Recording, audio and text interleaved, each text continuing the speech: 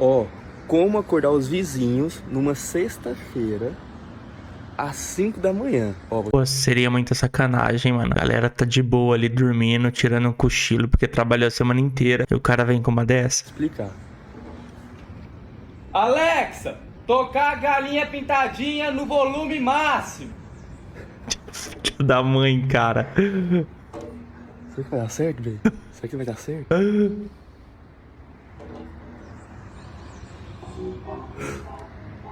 Tá escutando, gente? Vocês estão escutando?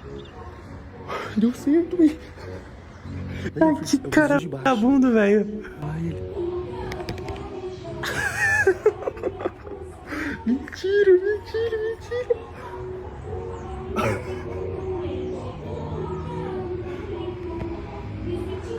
Véi. Véi.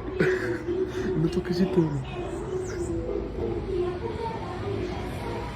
Cara, pior que tocou mesmo.